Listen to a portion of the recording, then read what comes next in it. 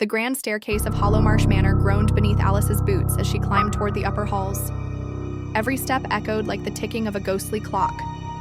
The corridor ahead stretched into darkness, its faded wallpaper peeling like shedding skin, and the portraits along the wall stared down at her with dead eyes. Alice paused before a cracked mirror, framed in tarnished brass. The glass was dull with time and dust, but it reflected more than just her weary face. It reflected memories. She saw herself, 15 years younger, running down that same hallway in laughter. Her hair was braided in ribbons. She had no idea back then that the house would swallow everything she loved. That he would. James Hollowmarsh, her husband, her betrayer, the man who gave her love only to use her. And when she knew too much, he made her disappear. She didn't die, but she should have. Instead, she awoke buried alive in the garden's west well, her body bruised, her soul shattered. But something else found her that night. Something from the woods, something old, something that gave her a second chance, with a price. Now, she was here to collect what was owed. The mirror shimmered slightly, her eyes narrowed. "No," she whispered, "not now." Behind her reflection, a figure emerged, tall, faceless, robed in ash-colored cloth. It didn't speak, but the room dropped 10 degrees colder. Alice turned quickly. Nothing. She looked back at the mirror. It was just her now. But as she leaned closer, blood began to seep from the edges of the glass, curling in long crimson threads across the surface. Suddenly, a scream tore through the silence. A woman's scream, echoing down the hallway.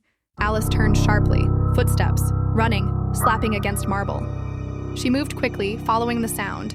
The air thickened with moisture as she reached the west wing. This part of the manor had collapsed years ago. No one should be there, but the door was ajar.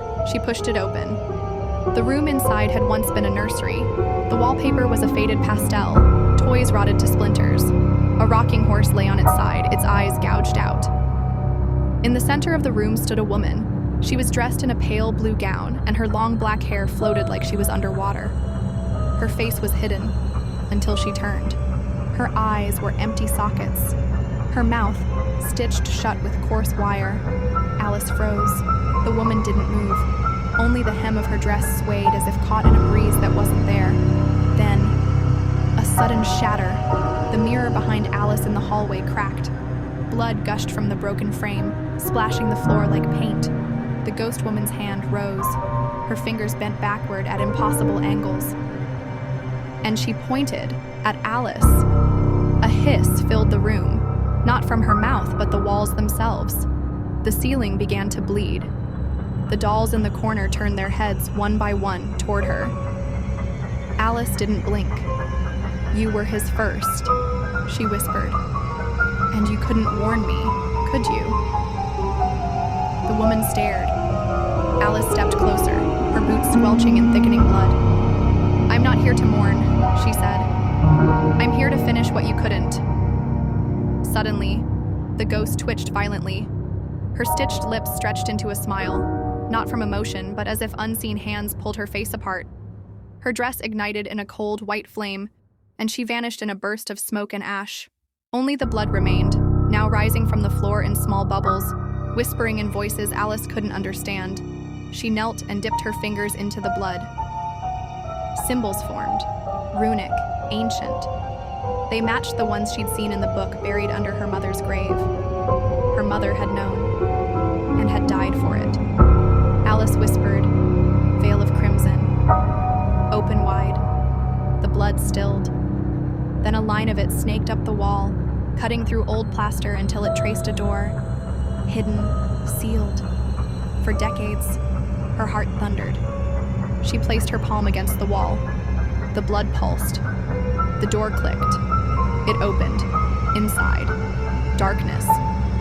Not the ordinary kind, but a sentient, hungry black. She stepped through, in the hidden room. It was a small chamber with stone walls. An altar stood in the middle, covered in old candles, burnt offerings, bones, and a mirror, not broken, not cracked, whole, perfect, but wrong. She looked in. it didn't show her. It showed James. Alive. Laughing. Holding her hand. Then it showed him with another woman. Her best friend. Then her, dying. Screaming. Bleeding from her mouth as she begged. Alice stepped back, but the mirror followed.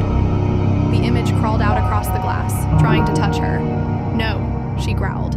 That life is over. The mirror cracked. 1, 2, 3 lines. Then the voice came. But the curse has only begun. Alice turned. The faceless figure from before stood in the shadows. You gave me power, she said. And in return, you must feed the veil. She nodded. I intend to. She lit the candles. The flames turned black, and behind her, the ghost with stitched lips returned, but this time she knelt. Alice took her hand and whispered, "Let's make him scream." The Crimson Veil is a spine-chilling horror revenge tale that follows Alice Hollowmarsh, a woman betrayed by love and buried alive, only to rise again with a supernatural purpose.